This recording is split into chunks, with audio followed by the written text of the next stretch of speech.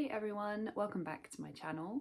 Today I'm going to be talking about loneliness and being alone and how the two are not the same, they are mutually exclusive. I think this past year, with everything that's gone on in the world, there has been a lot of feelings of loneliness and being alone. So this is something that I thought might be helpful to talk around today. So first off, in terms of definitions of things, I think probably alone is the easier one to define. So being alone is obviously being on your own, not having the company of another, I would say, human being.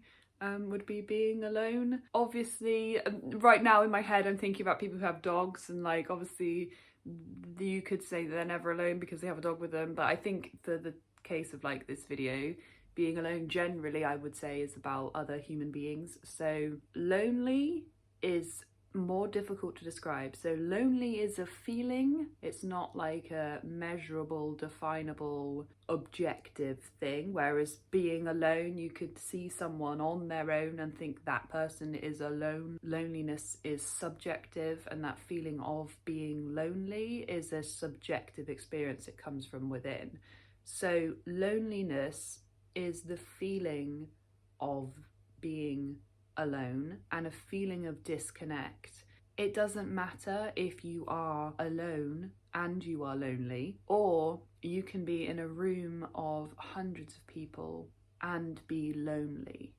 So being alone, feeling lonely are not the same thing, they're very separate, and also you don't need one to have the other. You can experience being alone and not feeling lonely, and you can experience being lonely and not actually being alone. Probably people struggle the most with feeling lonely when they're actually not physically alone, because they kind of don't understand it. And I guess that's why I wanted to make this video, so we could talk around that today. Loneliness is an actual biological response to a lack of connection. Vivek Murphy, in his book Around Loneliness, talks about how that feeling of loneliness would have biologically triggered our instincts to want to return to our tribe or our group of people. So it's actually a survival technique. So we are at our base kind of social creatures. We're tribes people. We need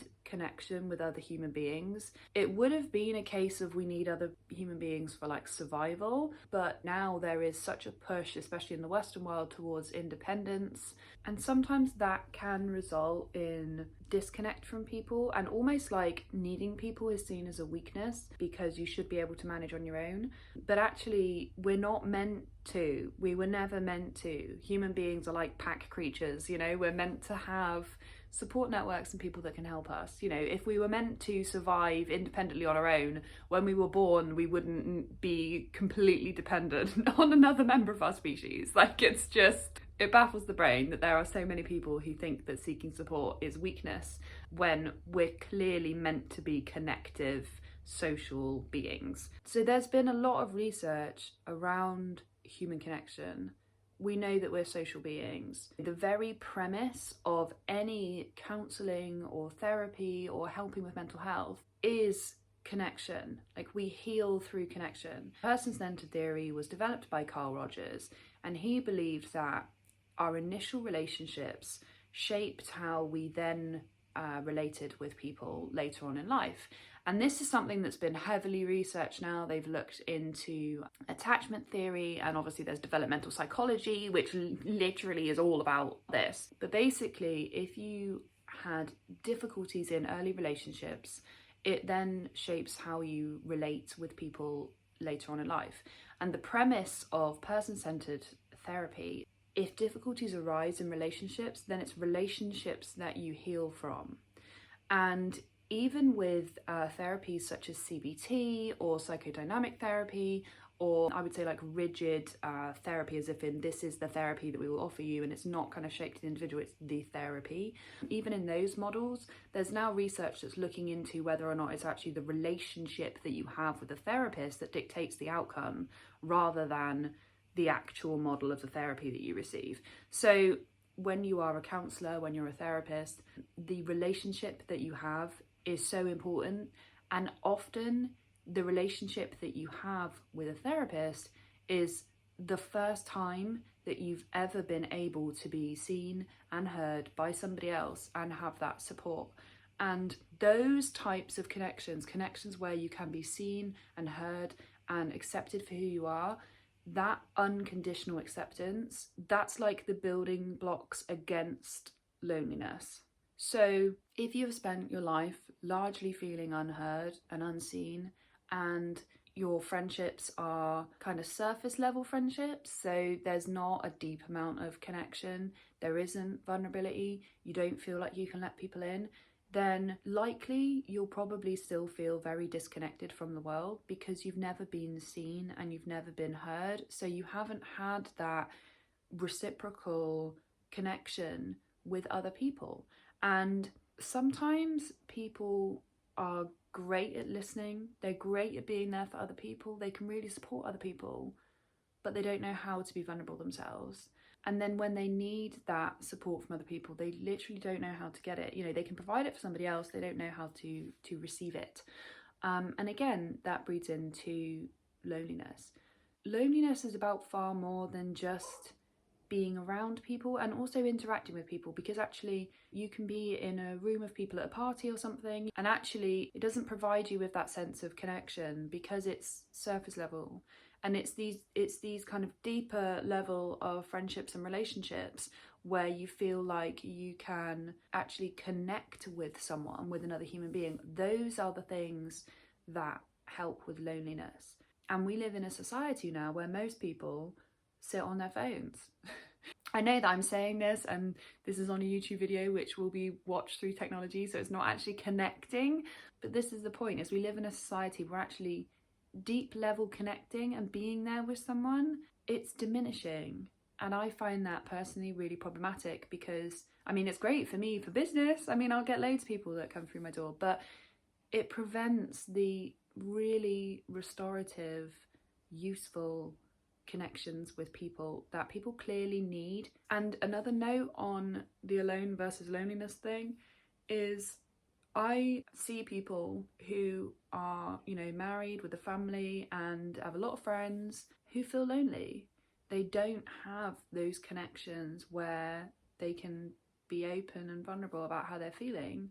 So they hold everything inside, and then they sort of sit there at the end of the day and, you know, maybe their spouse is asleep and their children are asleep and they just feel lonely. And it's this process of feeling able to actually share who you are with people and it being seen and heard and connected with, and then also having those relationships where people do the same to you. It can be really difficult when you feel like there's nobody there for you and there's nobody that really understands or really connects with you.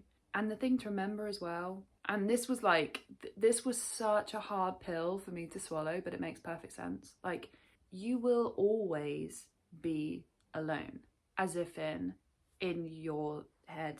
You know, nobody can like jump into your brain with you. Nobody can see the world the same way that you do. Nobody can be actually with you. And when you go through like counselling training, you learn how to be with someone as closely as you can to kind of get to their experience. But it's really, really difficult because obviously my experience of the world is shaped by everything that I've been through in my life. It's shaped by the way that my biology works. It's shaped by so many other things rather than just something that I experience. And people can have completely different experience of things. If you've ever, a great exercise to do, by the way, is if you play a piece of music in a group and then ask different members of the group how that felt for them when they were listening to the music, guarantee people will have totally different experiences, especially if it's like quite a controversial piece of music, because some people will love it and some people are like, oh my god, and nobody else can have those same experiences as you, which is really difficult to understand, that you will be fundamentally on your own in your head for like the rest of your life. But if you have connections where people try to understand, they try to hear you, they try to see you, those are the reparative things. Those are the ones that make you feel like this experience, this life is a shared life. You know, you're not just soldiering on in this role that you have, and the role is the important thing, because we can get caught up on that. We can get caught up on, oh, I need to be a mum, I need to be a dad, I need to be a husband, a wife, a employee, I don't know, training buddy or whatever. The roles that we play for people, we can often assume are why people like us and what our purpose is in life. And actually it prevents that deep level connection of actually, well, this is who I am, and I'm a multifaceted human being, and there are many roles that I play, but those are roles that I play, and those roles aren't who I am. And if you meet people who then try to get to who you are and see that, those are the times when we feel least lonely, is when we have people that are trying to actually get to know us. And I think this year, with everything that's been going on, feelings of loneliness definitely have been increasing a lot. You know, there's been a lot of people who have had time away from working or have worked differently and have cultivated space to actually go, oh, what's going on in my life? You know, lots of people have had stuff that they've been struggling with, and maybe they've been distracted from for a few years, or they've been able to focus on other things. That stuff has kind of hit them in the face in the last year or so. So there are lots of people struggling with feeling lonely. There are lots of people at the moment who are also alone. And if you aren't someone who is used to being alone, if you are used to lots of busyness and lots of stuff going on, being alone and having that space from having those kind of interactions with people can also highlight a loneliness that you didn't recognize, because perhaps you've been too busy to actually focus on how you feel about things. So overall, I just wanted to make this video to talk a bit around loneliness, being alone, the difference between the two. Sometimes they can run concurrently, sometimes they don't, and how it makes sense. Like, it's okay to be lonely. And again, that's something that I found so helpful, is when you look at your life subjectively, you go, oh my God, no wonder sometimes I feel lonely. You know, if you don't have those things going on, if you don't have that support, if you don't have things, especially in the last year, things to keep you busy, things to keep you occupied, is it any wonder that sometimes you're going to feel lonely? I think loneliness is a normal feeling, and a lot of the time there can be judgment around that, like it's a bad thing. I guess the takeaway from this would be, if you are feeling lonely, perhaps take some time to work through that, maybe through journaling or meditation, or talking it through with someone if you have someone that you can, thinking about it. However that reflection looks for you, maybe take some time to reflect and think about what you could need to help that. Are there people that you could reach out to? If you don't have people that you can reach out to, then there are trained organisations as well that you can always talk to. People like the Samaritans, who are trained to listen. But yeah, I hope that this video has been helpful for people. Please give it a thumbs up and subscribe to my channel if you want more content. But I hope wherever you are, you're keeping safe and well, and I will catch you in the next one.